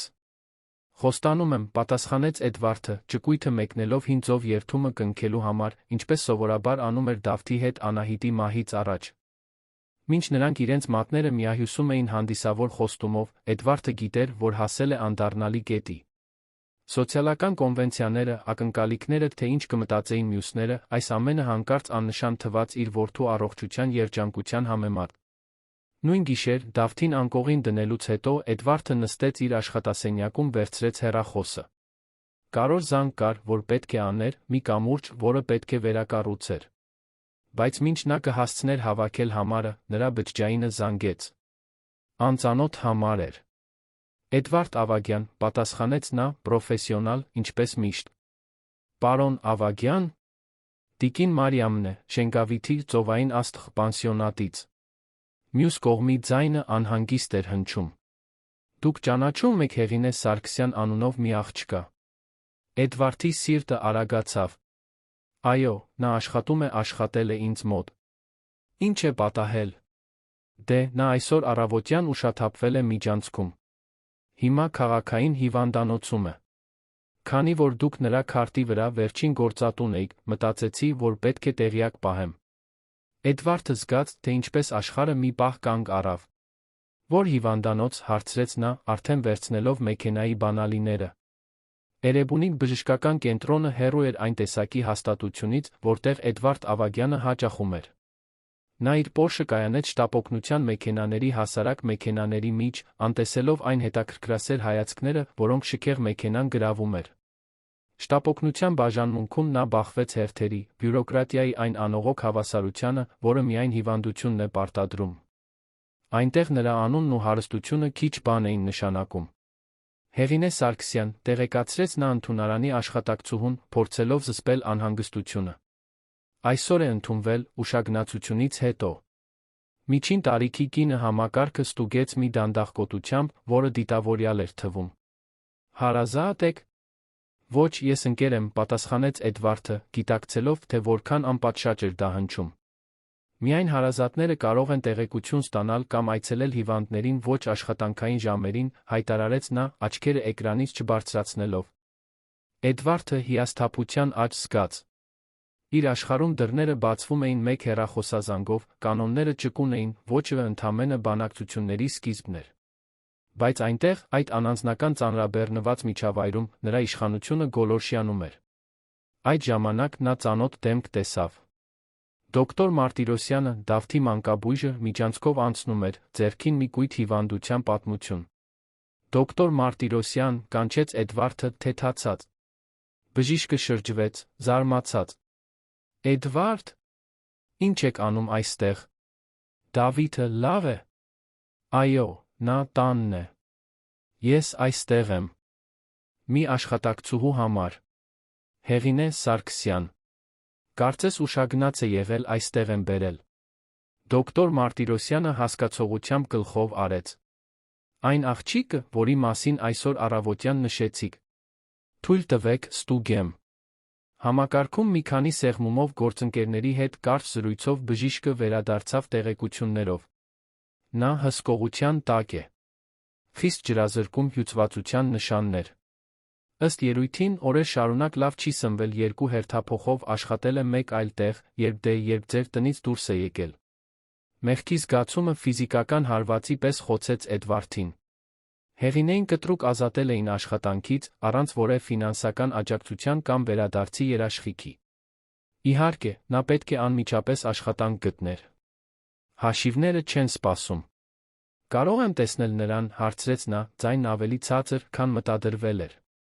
Սովորաբար, ոչ, պատասխանեց բժիշկը, բայց տեսնելով Էդվարդի արտահայտությունը, ավելացրեց. Ես կխոսեմ պատասխանատու գործընկերոջ հետ։ Սպասեք այստեղ։ 15 րոպե անց Էդվարդին ուղեկցում էին վատ լուսավորված միջանցքներով դեպի մի փոքր հիվանդասենյակ, 6 մահճակալով, որոնք բաժանված էին միայն բարակ վարագույրներով։ Հեղինեն զբաղեցնում էր վերջինը, պատուհանի մոտ, որը նայում էր անշուք ներքին բակի։ Տեսարանը մի պահ շունչը կտրեց։ Պառկած հիվանդանոցի կոշտ սավանների տակ, ձեռքին կաթիլայինի ներարկիչ, Հեղինեն ավելի փոքր ու փխրուն էր թվում, քան հիշում էր։ Թուխ մաշկը կորցրել էր առողջ փայլը, խորս շրջանակներ էին նրա դեմքին։ Այնուամենայնիվ, նրա հանգստի մեջ մի արժանապատվություն կար, որը Էդվարդը չէր կարող չհիանալ։ Նա վարանելով մոտեցավ, նստեց մահճակալի կողքի պլաստիկ աթոռին։ Հեղինեն քնած էր կամ ծածնում էր, թե քնած է, նա վստահ չէր։ Մի քանի րոպե նա պարզապես դիտում էր նրա շնչառության մեղմ շարժումը, փորձելով կարգի բերել մտքերը։ Պետք չէր գալ, Հեղինեի խռպոտ ձայնը խախտեց լռությունը։ Նա դանդաղ բացեց աչքերը, նայելով նրան զարմանքի անհարմարության խառնուրդով։ Ինչպես իմացաք։ Պանսիոնատի տիրուհին զանգեց։ Իմ համարը ձեր աշխատանքային քարտի վրա էր։ Հեղինեն փորձեց ուղղվել մահճակալի վրա, տեսանելիորեն անհարմար զգալով իրավիճակից։ Դա ընդամենը անցողիկ թուլություն էր։ Վաղը արդեն լավ կլինեմ։ Խիստ ջրազրկումը հյուծվածությունը անցողիկ թուլություն չեն, Հեղինե, հակադարձեց Էդվարդը ավելի կոշտ, քան մտադրվել էր։ Ձայնը մեղմացնելով, ավելացրեց. Ինչու ինձ չասացիք, որ դժվարությունների մեջ եք։ Նա նայեց նրան անհավատության վիրավորված հպարտության խառնուրդով։ Եվ ինչ էիք սպասում, որ ասեի, պարոն Ավագյան։ Խնդրում եմ, ինձ աշխատանքից մի հեռացրեք, որովհետև վարձը վճարելու միջոց չունեմ։ Կամ գուցե եթե ինձ ազատեք, չեմ կարողանա մորս դեղերը գնել։ Անկեղծությունը նրան անակնկալի բերեց։ Չգիտեի, որ ձեր մայրը հիվանդ է։ Շատ բաներ կան, որ դուք իմ մասին չգիտեք, պատասխանեց Հեղինեն, հայացքը դեպի պատուհանը տանելով։ Ոչ էլ պետք է իմանաք։ Գործատու աշխատող, հիշում եք։ Հստակ սահմաններ։ Էդվարդը զգաց նրա խոսքերի հեգնանքի ծանրությունը։ Սահմաններ, դա հենց այն էր, ինչ նա պնդում էր պահպանել, նույնիսկ երբ իր որդին այդքան հստակ ցույց էր տվել, որ Հեղինեն իրենց համար ավելին էր, քան պարզապես աշխատող։ Դավիթը կարոտում է ձեզ, ասաց նա, փոխելով թեման։ Նա լավ չի սնվում, հազիվ է քնում։ Բժիշկն ասաց, որ նա մանկական դեպրեսիա ունի։ Հեղինեն նորից նայեց նրան, անկեղծ անհանգստությունը մի պահ մոռացնել տվեց վիրավորանքը։ Դեպրեսիա։ Աստված իմ։ Դուք արդեն բուժում սկսել եք։ Կազմակերպում ենք։ Բայց բժիշկը կարծում է, որ խնդրի մի մասը ձեր կտրուկ հեռանալն էր։ Ըստ երույթին դուք նրա համար հուզական խարիսխ եք դարձել։ Փորձեցի բացատրել, որ դա ժամանակավոր կլինի, ասաց Հեղինեն, այժմ մեղմ ձայնով։ Բայց այդ տարիքի երեխաները լավ չեն ընկալում հրաժեշտները, հատկապես նշանակալի կորստից հետո։ Էդվարդը նորացված հետաքրքրությամբ նայեց նրան։ Հեղինեի խոսքերում խորը հասկացողություն կար, մի բան, որը գերազանցում էր նրա սովորած մանկավարժության ակադեմիական գիտելիքները։ Դուք կարծես շատ լավ եք հասկանում, թե Դավիթն ինչ է զգում, մեկնաբանեց նա։ Հեղինեն վարանեց, կարծես որոշում էր, թե իրենից որքան բացահայտի։ Ես 8 տարեկան էի, երբ կորցրի հորս, վերջապես ասաց նա։ Քաղցկեղ։ Մայրս ստիպված էր 3 տեղ աշխատել մեզ պահելու համար։ Ես մնում էի հարանների, մորաքույրների մոտ, երբեմն մենակ։ Ես գիտեմ, թե ինչ է զգալ, երբ աշխարհը փլուզվում է, ոչ ոք իրականում չի հասկանում։ Էդվարդի կոկորդում մի գունդ առաջացավ։ Հեղինեի անձնական պատմությունը հանկարծ լուսավորեց նրա կապը Դավթի հետ։ Դա ոչ միայն բնական բարություն էր կամ մանկավարժական պատրաստվածություն, դա ընդհանուր փորձից ծնված կարեկցանք էր։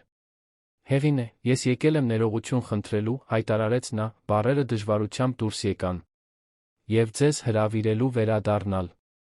Ոչ միայն Դավթի բարօրության համար, այլ որովհետև ընդունում եմ, որ սխալ եմ գործել։ Նա երկար նայեց նրան, կարծես գնահատում էր խոսքերի անկեղծությունը։ Ինչ պատահեց, որ այս կարծիքի փոփոխությունը տեղի ունեցավ։ Բացի Դավթի ախտորոշումից։ Էդվարդը վարանեց։ Հարցը արդարացի էր, արժանի էր ազնիվ պատասխանի։ Ես պարզեցի, որ Դիանան, հյուրերից մեկը, խփել է Դավթին, երբ նա ձեր մասին է խոսել։ Եվ հասկացա, որ այս ամբողջ ընթացքում ես սխալ տեղում էի փնտրում։ Փորձում էի Անահիտին փոխարինել մեկով, ով կատարյալ կհամապատասխաներ մեր սոցիալական շրջանակին, երբ այն, ինչ Դավթին իրականում պետք էր, մեկն էր, ով կտեսներ նրան, իսկապես կտեսներ։ Բառերը կախվեցին նրանց միջ, լի ենթատեքստերով, որոնք ոչ մեկը դեռ պատրաստ չէր ամբողջությամբ ուսումնասիրելու։ Հեղինեն արագ թարթեց աչքերը, կարծես արցունքներ էր քշում։ Ես չեմ կարող պարզապես վերադառնալ, կարծես ոչինչ տեղի չի ունեցել, վերջապես ասաց նա։ Ես իմ հպարտությունն ունեմ։ Եվ պարտականություններ։ Մայրս մշտական խնամքի կարիք ունի, ես համալսարանի վերջին կուրսում եմ։ Մենք կարող ենք այդ ամենը լուծել, ընդհատեց Էդվարդը, առաջ թեքվելով։ Ավելի լավ աշխատավարձ, ճկուն գրաֆիկ ձեր դասերի համար, ձեր մայրը կարող է տեղափոխվել դատարկ ծառայողական կացարանը։ Այն ընդարձակ է, անկախ մուտք ունի։ Դուք ոչ միայն հավաքարար կլինեք, Հեղինե։ Դուք կլինեք այն մարդը, որին Դավիթն ընտրել է։ Հեղինեն հայացքը փախցրեց, տեսանելիորեն հուզված երկմտած։ Այս ամենը շատ շփոթեցնող է հնչում, պարոն Ավագյան։ Որը կլինի իմ դերը։ Դայակ։ Տնտեսուհի։ Ընտանիքի բարեկամ։ Հարցը կախված մնաց օդում, լի չասված հնարավորություններով։ Էդվարդը հասկացավ, որ հստակ պատասխան չունի, կամ գուցե ուներ, բայց պատրաստ չէր այն ձակերպելու։ Մենք դա ժամանակի ընթացքում կորոշենք, զգուշորեն պատասխանեց նա։ Հիմա կարևորն այն է, որ Դավիթը ձեր կարիքն ունի։ Եվ, լիովին անկեղծ լինելու համար, ես էլ։ Մահճակալի կողքի սրտի մոնիտորը գրանցեց նուրբ արագացում, որը Էդվարդը ձացրեց, թե չի նկատում։ Ես պետք է մտածեմ, վերջապես ասաց Հեղինեն։ Դա պարզ որոշում չէ։ Իհարկե, համաձայնեց Էդվարդը, ոտքի կանգնելով։ Հանգստացեք, ապաքինվեք։ Վաղը կվերադառնամ ձեր պատասխանի համար։ Եվ Հեղինե։ Նա կանգ առավ վարագույրի մոտ, շրջվելով վերջին անգամ նրան նայելու։ Շնորհակալ եմ որդուս մասին հոգ տանելու համար, երբ ես չէի կարողանում։ Նա դուրս եկավ, մինչ նա կհասցներ պատասխանել, սիրտը խփում էր մի ուժգնությամբ, որը վաղուց չէր զգացել։ Երբ Էդվարդը տուն հասավ, արդեն կեսգիշերն անց էր։ Նա սպասում էր գտնել առանձնատունը լուռ մութ, բոլորը քնած։ Փոխարենը նա գտավ Մարկոսին հյուրասենյակում, ձեռքին վիսկիի բաժակ, դեմքին անհանգստության արտահայտություն։ Ո՞ր էիր կորել, պահանջեց ընկերը, ոտքի կանգնելով։ Ժամերով փորձում ենք քեզ հետ կապվել։ Հիվանդանոցում, պատասխանեց Էդվարդը, անհանգստացած ընդունելությունից։ Ինչ է պատահել։ Դավիթը լավ է։ Դավիթը հիմա լավ է, հավաստիացրեց Մարկոսը, շեշտելով վերջին բառը։ Բայց լուրջ վախեցանք։ Նա տագնապի նոպա ունեցավ, երբ դու գնացիր։ Նինան զանգեց ինձ, երբ չկարողացավ քեզ հետ կապվել։ Էդվարդի արյունը սառեց։ Տագնապի նոպա։ Բայց նա լավ էր թվում, երբ ես գնացի։ Ըստ երույթին, լսել է քո հեռախոսազրույցի մի մասը։ Հասկացել է, որ Հեղինեն հիվանդանոցում է, մտածել է, որ նա։ Մարկոսը ձեռքով ժեստ արեց, խուսափելով բառից։ Աստված իմ, մրմնջաց Էդվարդը, ընկնելով բազմոցին։ Հիմա որտեղ է նա։ Քնած է։ Ես նրան երիցուկի թեյ տվեցի, որը տատիկս միշտ պատրաստում էր, մի փոքր զրուցեցինք, նա վերջապես հանգստացավ։ Բայց Էդվարդ, այս տղան իսկապես տառապում է։ Ի վերջո, ինչ է պատահել Հեղինեի հետ։ Էդվարդը պատմեց գիշերվա իրադարձությունները, պանսիոնատի տիրուհու զանգը, հիվանդանոց այցելությունը, Հեղինեի ֆինանսական վիճակի, հիվանդ մոր մասին բացահայտումը, վերադառնալու հրավերը։ Մարկոսը մտածկոտ գլխով արեց։ Եվ նա համաձայնվեց։ Ասաց, որ պետք է մտածի։ Ես նրան չեմ մեղադրում։ Այն բանից հետո, թե ինչպես վարվեցի նրա հետ, ես էլ կվարանեի։ Նա քեզ դուր է գալիս, նկատեց Մարկոսը, ոչ թե որպես հարց, այլ որպես հաստատում։ Էդվարդը բացեց բերանը ժխտելու համար, բայց բառերը չեկան։ Փոխարենը, նա լսեց իրեն ասելիս. Նա ինձ հիշեցնում է Անահիտին։ Ոչ արտաքինով կամ վարքով, այլ էությամբ։ Անկեղծությամբ։ Այն ծով, որ չի վախենում ինձ հետ դիմակայելուց, երբ կարծում է, որ ես սխալ եմ։ Եվ այն փաստը, որ որդիդ նրան պաշտում է, ընդամենը հարմար բոնոս է, ցածրեց Մարկոսը ժպիտով։ Էդվարդը կիսաժպտաց։ Երբ դարձար այդքան իմաստուն հարաբերությունների հարցում։ Հավանաբար, երբ որոշեցի, որ նախընտրում եմ երջանիկ լինել, քան ճիշտ լինել, պատասխանեց Մարկոսը հազվադեպ անկեղծությամբ։ Մի բան, որը դու էլ պետք է մտածես։ Հաջորդ առավոտ Էդվարդը լուռ մտավ Դավթի սենյակ։ Տղան դեռ քնած էր, դեմքը վերջապես հանգիստ, երկար ժամանակ անց առաջին հանգիստ գիշերվանից հետո։ Գիշերանոթի սեղանիկի վրա Էդվարդը նկատեց մի բան, որը նախկինում այնտեղ չէր։ Փոքրիկ օրիգամի աստղ, պատրաստված փայլուն կապույտ թղթից։ Երեք գիշեր ենք պատրաստել, բացատրեց Մարկոսը, որը լուռ մտել էր նրա հետից։ Նրա մորը ներկայացնելու համար։ Այն պատմությունը, որը Հեղինեն պատմել էր ցերեկը անտեսանելի աստղերի մասին, կարծես հանգստացրեց նրան։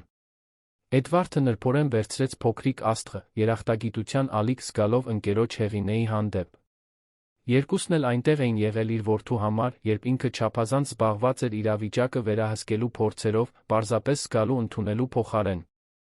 Այսօր Հեղինեին կբերեմ հիվանդանոցից, որոշեց նա, աստղը հետ դնելով։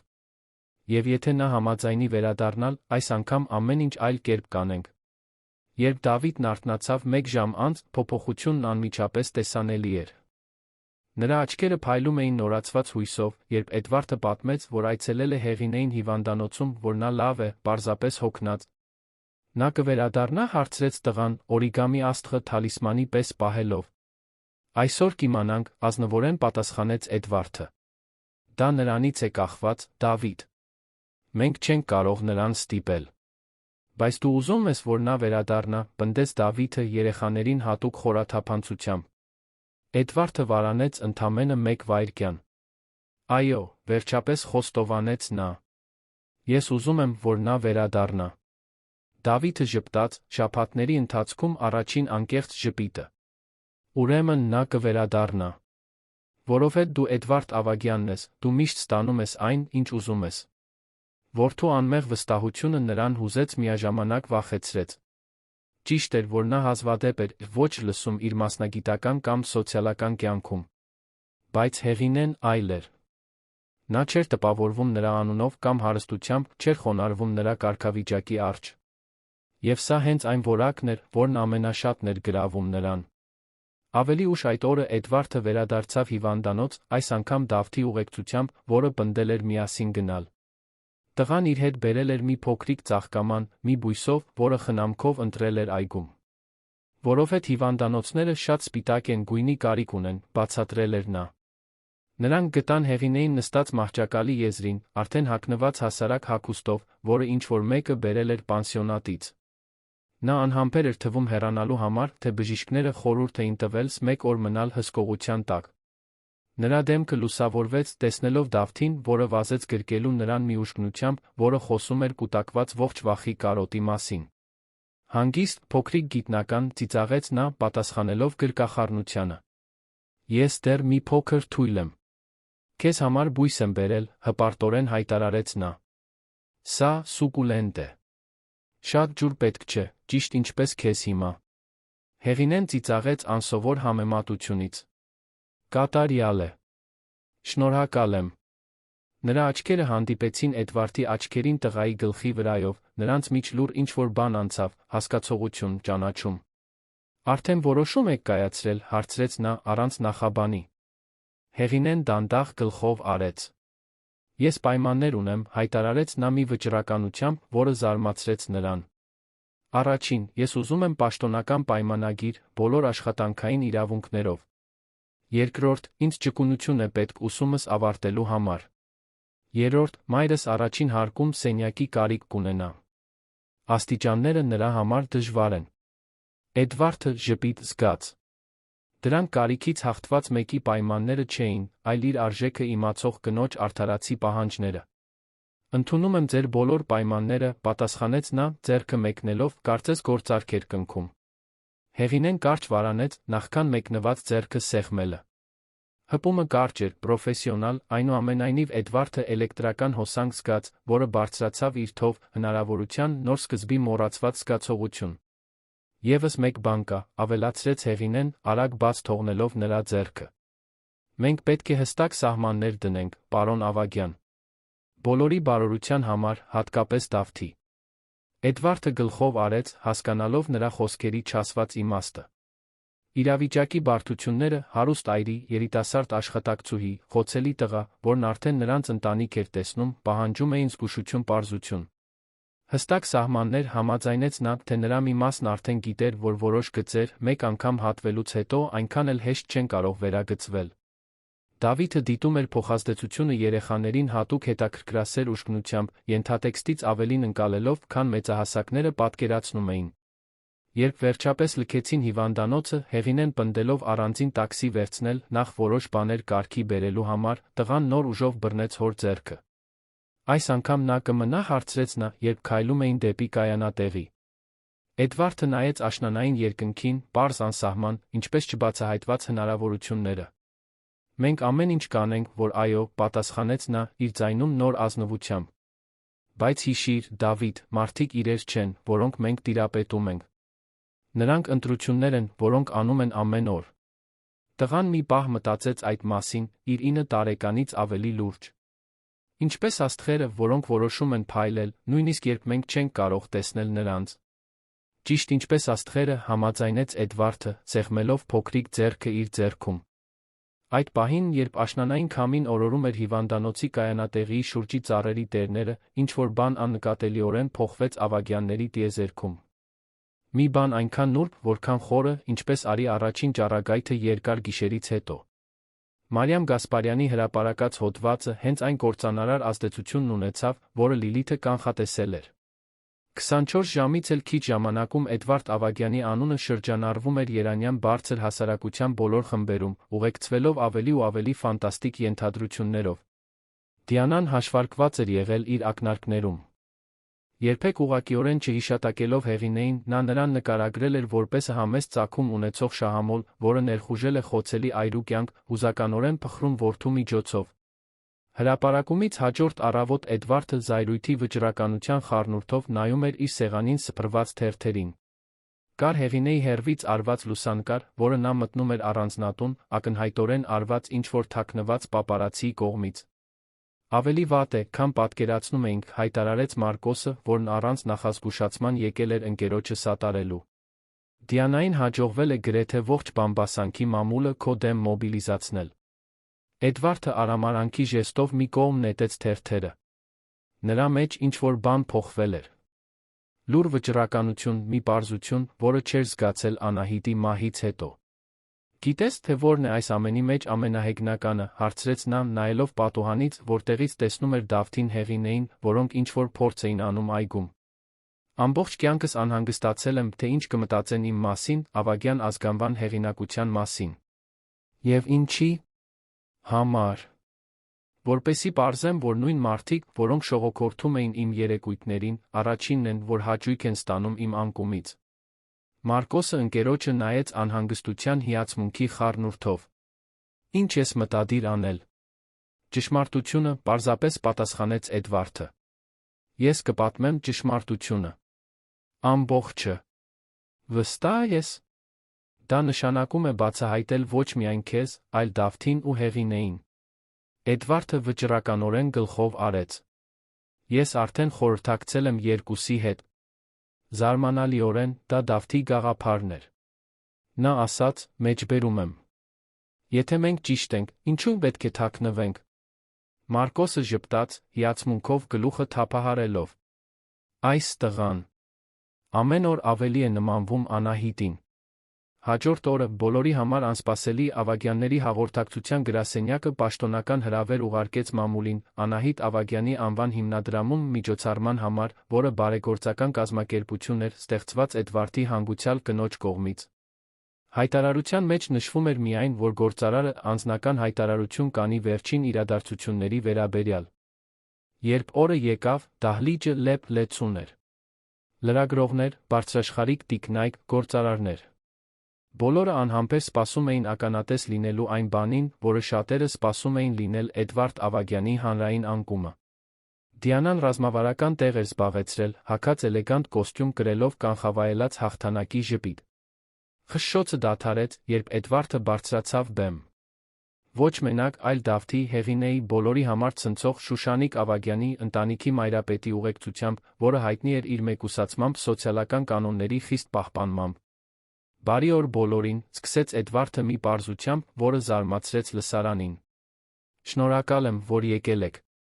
Գիտեմ, որ շատերը սպասում էին խնամքով մշակված կորպորատիվ ելույթի, գուցե մեղադրանքների կտրուկ հերկման։ Բայց այսօր ես այստեղ եմ ոչ թե որպես Էդվարդ Ավագյան, Ավագյան գրուպի նախագահ։ Ես այստեղ եմ որպես Էդվարդ, մի մարդ, որը կորցրել է իր ճանապարհը, փորձում է այն նորից գտնել։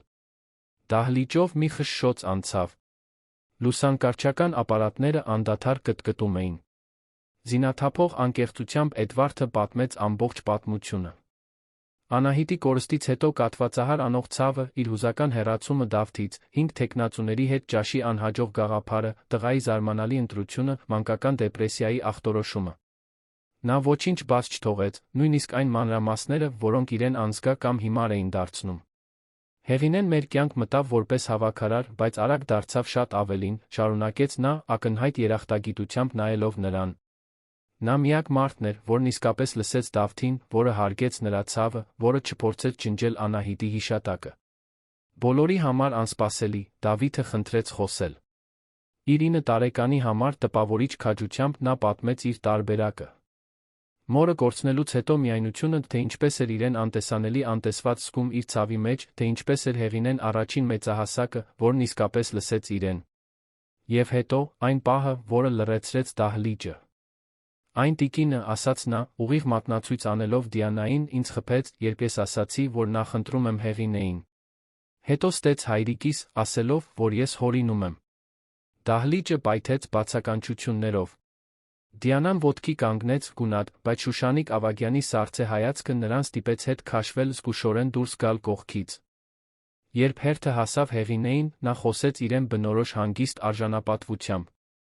Նա պատմեց մանկավարժություն սովորելու իր պայքարի մասին, միաժամանակ հոգ տանելով հիվանդ մորը, թե ինչպես էր Դավթի մեջ ճանաչել նույն ցավը, որը զգացել էր, կորցնելով սեփական հորը մանուկ հասակում։ Ես Ավագյանների կյանքում փողի կամ կարգավիճակի համար չեմ, հայտարարեց նա, ուղիղ նայելով տեսախցիկներին։ Ես այստեղ եմ, որովհետև 9-ամյա տղան իմաստություն ունեցավ ճանաչելու, երբ մեծահասակը իսկապես հոգ է տանում։ Վերջում Շուշանիկ Ավագյանը զարմացրեց բոլորին, խոսք վերցնելով։ Որպես Ավագյանների ընտանիքի մայրապետ, ես կարող էի ընտրել հեշտ ճանապարհը, ճնշում գործադրել որդուս վրա, որպեսզի նա համապատասխանի սոցիալական ակնկալիքներին։ Բայց ականատես լինելով այն ազդեցությանը, որն այս երիտասարդ կինն ունեցավ իմ թոռան վրա, ես հասկացա, որ որոշ ավանդույթներ արժանի են կասկածի տակ դրվելու։ Էդվարդը ավարտեց, հայտարարելով Անահիտ Ավագյանի անվան հիմնադրամի ընդլայնման մասին, ներառելու համար ՍԿԻ մեջ գտնվող երեխաներին ուղղված ծրագիր, հատկապես անապահով համայնքներից, Հեղինեի հետ, որպես մանկավարժական տնօրեն։ Դա ավելին էր, քան հանրային կապերի հնարք։ Դա իր սեփական ընտանիքի ցավից վերափոխումից ծնված անկեղծ նպատակ էր։ Հաջորդ օրերին լրատվամիջոցներում պատմությունը լիովին փոխվեց։ Միլիարդատեր այրու նրա որդու պատմությունը, որոնք 5 բարձրաշխարհիկ տիկնանց փոխարեն ընտրեցին հավաքարարին, դարձավ ոչ թե սկանդալ, այլ հուզիչ պատմություն այն մասին, թե ինչպես է իսկությունը հաղթում արտաքին տեսքին։ Դիանան զգուշորեն լքեց երկիրը, արտասահմանումը հանգստի սեզոնի համար, մինչդեռ Մարիամ Գասպարյանը հրապարակեց զարմանալիորեն ազնիվ հերքում, ընդունելով, թե ինչպես էր իրեն մանիպուլյացիայի ենթարկել, հարձակվելու համար արդեն իսկ փխրուն ընտանիքի վրա։ 6 ամիս անց Ավագյանների առանձնատունը վերափոխվել էր։ Հետիտունը, որը նախկինում պարզապես ծառայողական կացարան էր, այժմ հարմարավետ քոթեջ էր, որտեղ Հեղինեն ապրում էր իր մոր հետ, որը գլխավոր տան հետ կապված էր ծաղկած այգով, որը Դավիթն օգնել էր նախագծել տնկել։ Էդվարդի Հեղինեի հարաբերությունները զարգանում էին ճիշտ տեմպով։ Առանց շտապելու, կառուցված փոխադարձ հարգանքի Դավթի հանդեպ ընդհանուր սիրո վրա։ Պիտակների կամ պաշտոնականությունների կարիք չկար։ Նրանց միջ կապը ակնհայտ էր յուրաքանչյուրի համար, ով տեսնում էր նրանց միասին։ Մի հատկապես գեղեցիկ շաբաթ օր, երեքը քայլում էին առանձնատան այգով։ Դավիթը վազում էր արջից, փորձարկելով թղթե ինքնաթիռ, որը նախագծել էր Հեղինեի օգնությամբ։ Նա այնքան լավ է, մեկնաբանեց Հեղինեն, ակնհայտ հպարտությամբ նայելով տղային։ Նույնիսկ 1 տարի առաջվա երեխային նման չէ։ Շնորհիվ քեզ, պատասխանեց Էդվարդը, իր մատները միահյուսելով նրա մատներին։ Մի ժեստ, որը բնական էր դարձել վերջին ամիսներին։ Շնորհիվ մեզ, ուղղեց Հեղինեն։ Դու էլ ես շատ փոխվել, գիտես։ Նրանք հասան փոքրիկ դեկորատիվ կամրջին։ Նույն տեղը, որտեղ 1 տարի առաջ Հեղինեն գտել էր Դավթին թաքնված ճակատագրական ճաշի ժամանակ։ Ամեն ինչ այստեղից սկսվեց, այնպես չէ, մեկնաբանեց Էդվարդը։ Ինչ-որ առումով, համաձայնեց Հեղինեն։ Թե կարծում եմ ավելի շուտ սկսվեց, երբ դու ինձ աշխատանքի ընդունեցիր, երբ Դավիթը սկսեց վստահել ինձ։ Փոքր պահեր, որոնք մեզ հասցրին այստեղ։ Էդվարդը շրջվեց նրան նայելու, նրա արտահայտությունը հանկարծ լրջացավ։ Ես մտածում էի ոչ թե ամուսնության մասին, դեռ ոչ։ Բայց պարզ արարողության մասին, հենց այս այգում։ Միայն մենք, մեր մտերիմ ընտանիքը։ Մի ճանաչում այն բանի, ինչ մենք արդեն գիտենք մեր սրտերում, որ մենք ընտանիք ենք, նույնիսկ եթե դեռ պարզում ենք, թե ինչպես հստակ սահմանել դա։ Հեղինեի աչքերը լցվեցին արցունքներով։ Ոչ թե տխրությունից, այլ այն խորը հուզմունքից, որը գալիս է, երբ կյանքն ավելին է առաջարկում, քան երբե համարձակվել ես սպասել։ Դա կատարյալ կլիներ, պատասխանեց նա։ Դավիթը, որը ըստ երույթին լսել էր խոսակցության մի մասը, վազելով մոտեցավ։ Կարող ենք իմ ծննդյան օրը անել։ Այդպես 2 բան կունենանք նշելու։ Էդվարդն ու Հեղինեն ծիծաղեցին, հիացած երեխայի գործնական առաջարկով։ Հիանալի գաղափար է, համաձայնեց Էդվարդը։ Մինչ նրանք վերադառնում էին տուն, արը սկսում էր մայր մտնել, երկինքը ներկելով ոսկեգույն վարդագույն երանգներով։ Առանձնատունը, որը նախկինում ցավալի հիշողությունների դամբարան էր, այժմ ջերմ ու հյուրընկալ էր բարձրանում հորիզոնի ֆոնին։ Մի տուն, որը վերջապես նորից լույս ուներ։ Վերջում, պատմությունն այսպես զարգացավ։ Միլիոնատերը խնդրեց որդուն մայր ընտրել 5 հարուստ կանանց միջ, բայց նա ընտրեց հավաքարարին, հենց դրա շնորհիվ էր, որ տունը նորից լույս ունեցավ։